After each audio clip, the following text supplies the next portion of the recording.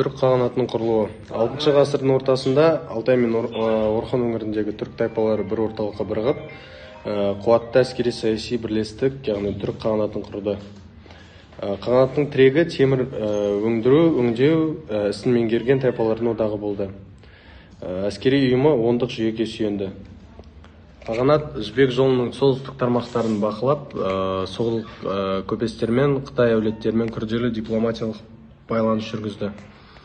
Далалық кеңістікте саяси ой қалыптастырды, яғни шығыс орталықтары ол Ордабалық, Орхон бойы, батысқа қарай Жетісу қақпасы. Қағанаттың тарихи мәні түркі этносаяси бірегейлігін айқындап, кейінгі барлық түркі мемлекеттерін үшін үлгілік басқару, әскери ұйымдастырушылық, тайпалық ұлыстық құрылым негіздерін бекітті.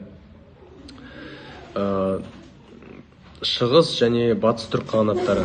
Бастапқы бір тұтас құрылым ішкі саяси және геосаяси себептермен екі үлкен бөлікке ажырады. Шығыс түрік қағанаты Орхон Көктүрк орталығын сақтап, Қытаймен күрделі қарым-қатынаста болды. Дала заңдарын, әскери салтты жаңа деңгейде жаңғыртып, көк түрік саяси идеясын қалыптастырды. Батыс түрік қағанаты Жетісу, Сырдария, Тянь-Шань өңірлерінде жолдарды иемденіп, Суяб, Тараз секілді қалаларды тірек етті. Соғдылар арқылы халықаралық сауданы жүргізді. Іле Талас аңғарларында отырықшы мәдениет қарқынды дамыды. Екі қағанаттың маңызы Еуразияның шығыс-батыс сауда дипломатиялық көпірін түркі саяси билігінің астына топтастырып, өңірлік урбанизация мен мәдени алмасуды еселеуі. Түргеш қағанаты. Батыс қағанат әлсіреген тұста Жетісуда түргеш тайпалары билікке келді. Қара және сары түргеш тармақтары арасындағы бәсеке қағанаттың ішкі динамикасын анықтады. Негізгі орталықтар ол Суяб, кейін Тараз маңы болды. Түргештер араб халифатының мәуереннахрға ілгерілеуі кезінде сыр бойындағы қалаларды қорғай отырып, өңірді сыртқы қысымнан қалқан етті. Тарихи маңызы: Жетісуда түркі саяси сабақтастығын үзбей, қала-дала симбиозын сақтап, қарлықтарға дейінгі көпір рөлін атқаруы. Келесі ол Қарлық қағанаты. Түргеш мұрасын иемденген қарлықтар Жетісу мен Тянь-Шань етегінде билігін орнықтырды. Олар орталық Азиядағы этникалық саяси аренада шешуші күшке айналып, Жетісу қалаларын тірілтті. Отырықшы егіншілік белдеумен берік байланыс құрды. Ұзақ мерзімде Қарлық бірлестігі кейінгі Қарахан мемлекетінің әлеуметтік саяси негізін дайындады. Түркі исламдануының өңірлік арнасын ашты. Маңызы: Жетісудағы демографиялық этникалық құрамды айқындады. Құрылымды ислам өркениетінің ықпалымен жаңа сатыға шығарды. Оғыз мемлекеті. Сырдарияның төменгі және орта ағыстарында Арал Каспий маңындағы Оғыз тайпаларының бірлестігі қалыптасты. Орталықтар ретінде Янки-кент, яғни қазіргі жаңа кент, аталады. Каспий жағалауымен байланыс күшейді. Оғыздар қыпшақтармен, хазарлармен, шығыс оңтүстікте Қарлық қаңлы аймақтармен ықпалдасты. Отырықшы тораптарда сауда мен қолөнер дамыды, ал теңіз өзен саудасы Каспий арқылы жаңа бағыттар ашты. Маңызы: Оғыз бірлестігі кейінгі сөл жұқтық ұлыс қимылдарға этникалық саяси негіз беріп, батысқа түрік қоныс аударуының маңызды буыны болды. Келесі бізде ол Ұйғыр қағанаты. Шығыс далалық кеңістікте көне түрік мұрагері ретінде Ұйғыр қағанаты Орхон Қанғай аймағында құрылды. Ұйғырлар жазба кеңсе мәдениетін дамытып, мемлекеттік басқаруды құқықтық әкімшілік негіздермен ұштастырды. Соғдылармен бірге қала мәдениеті өркендетті. Буддизм, манихейлік ықпалдары мәдени-рухани өмірге әсер етті. Маңызы: түркі дүниесінде жаңа мәдениет пен мемлекеттік бюрократияның ілгерілеуін жеделдетіп, дала-қала арасындағы өркениеттік алмасуды күшейтті. Осылайша 6-9 ғасырлар түркі саяси жүйелерінің қалыптасуы, ажырау және қайта бірігу кезеңдерін көрсетті. Енді 10-12 ғасырлардағы мемлекеттерге назар аударайық. Ол жерде бізде исламдану, қала сауда өрлеуі, аймақтық державалардың тоғысы айқын сезіледі. Келесісі бізде Қарахан мемлекеті. Жетісу мен Шығыс Түркістанда қарлық негізінде пайда болған Қарахан мемлекетінің ерте орталығы Баласағұн болды. Кейін Қашқар, одан кейін Тараз және де соңында Испиджаб секілді қалалар маңызды рөл атқарды. Әулеттік тармақтар батыс-шығыс қанатқа бөлініп биледі. Ислам діні мемлекеттік деңгейде орнығып, мемлекетте медресе, мешіт, керуен сарайлар көбейді.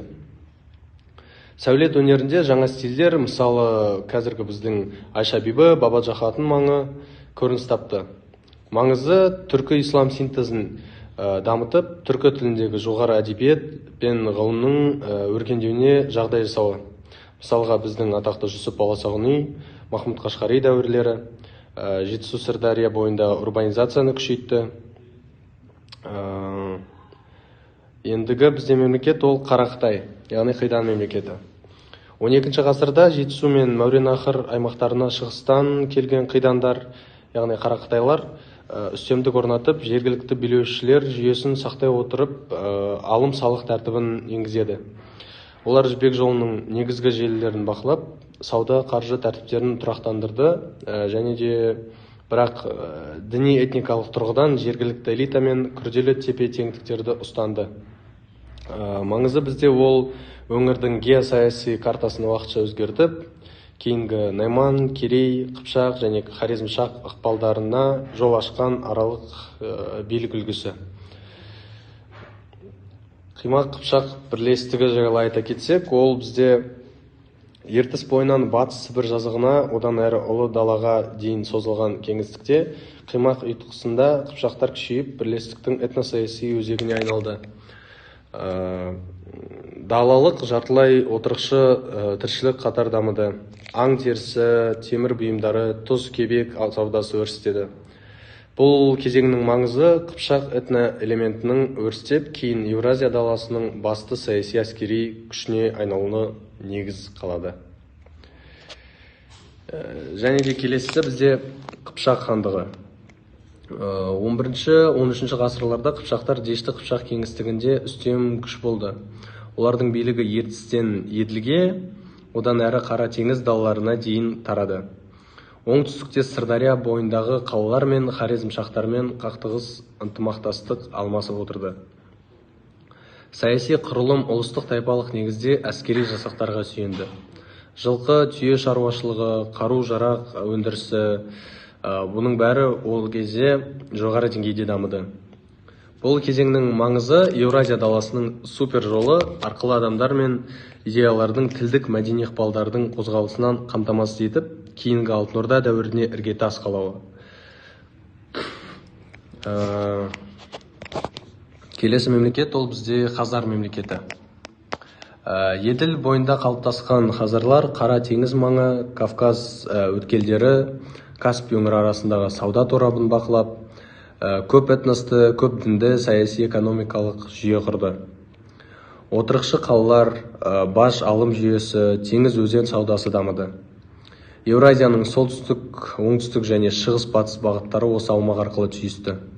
Бұл кезеңнің маңызы ол Ұлы дала мен Кавказ, Византия, ислам әлемі арасындағы байланыстырады, халықаралық сауданың қауіпсіздігін қамтамасыз етуге күш салады.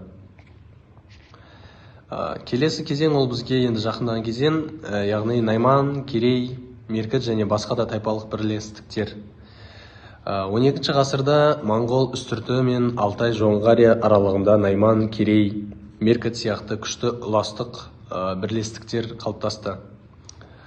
Олар далалық билік үшін өзара бәсекеде болып, жас қыстақтар жүйесін, әскери жасақтарды, вассалдық одақтық қатынастарды дамытты. Билеуші әулеттердің некелік саяси байланыстары кеңістіктегі күш теңгерімен өзгертіп отырды. Бұл кезеңнің маңызы ол 13 ғасыр қарсаңында аймақтық күштердің түйісуін күшейтіп, кейінгі бізден кейін Моңғол дәуіріндегі үлкен қайта құруларға алғышарт жасауы. Қорытындылай келе 6-9 ғасырлардағы түрік қағанаттары туралы айта кетсек, олардың мұрагерлері дала мемлекетінің әскери ұйымдастырушылық, этникалық, мәдени және экономикалық іргетасын қалады. Одан кейінгі кезеңде, яғни 10-12 ғасырларда Жетісу мен Сыр бойындағы исламдану, қала мәдениетінің өрлеуі, жібек жолының қайта жандануы аймаққа жаңа тыныс берді. Қарахан дәуірі түркі ислам өркениетін тұрақты арнаға түсірсе, Қыпшақ дәуірі Еуразия даласын біртұтас коммуникациялық кеңістікке айналдырды. Хазарлар мен Қарақытайлар секілді аралық державалар өңірлік тепе-теңдікті ұстап тұрды. Найман, Керей, Меркіт бірлестіктері Моңғол дәуірі алдындағы саяси әскери сахнаны қалыптастырды. Осы мемлекеттердің әрқайсысы Қазақстан тарихының этно-саяси дамуына өз өрнегін салды. Яғни біздің қазіргі діл, мәдениет, құқық, әскери дәстүр, қала-дала симбиозы бәрі де бүгінгі тарихи жаттың өзегіне айналды. Барлығыңызға рахмет. Сіздермен болған орынбасар Нұрсұлтан. Қош, сау болыңыздар.